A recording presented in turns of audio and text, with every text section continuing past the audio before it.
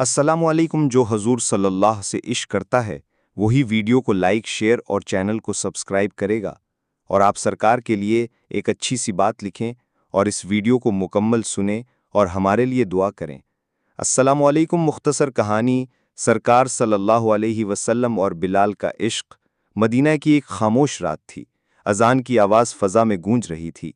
ये हज़रत बिलाल हबशी रज़ी अल्लाह की आवाज़ थी जो रसूल अल्लाह सल्लल्लाहु अलैहि वसल्लम के हुक्म पर अजान दे रहे थे।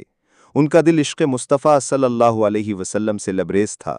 अजान के बाद हज़रत बिलाल रज़ी अल्लाह नबी करीम सल्लल्लाहु अलैहि वसल्लम के सामने हाजिर हुए। दोनों शख्सियात के चेहरे पर नूर की चमक थी, मगर उनका चेहरा छुपा हुआ था, सिर्फ रोशनी से ढका हुआ।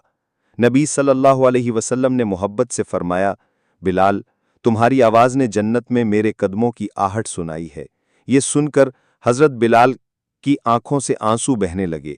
उन्होंने अर्ज़ किया, या रसूलल्लाह सल्लल्लाहु अलैहि वसल्लम, मेरा सब कुछ आप पर कुर्बान, मेरी आवाज़, मेरी जान, सब कुछ आपके लिए है।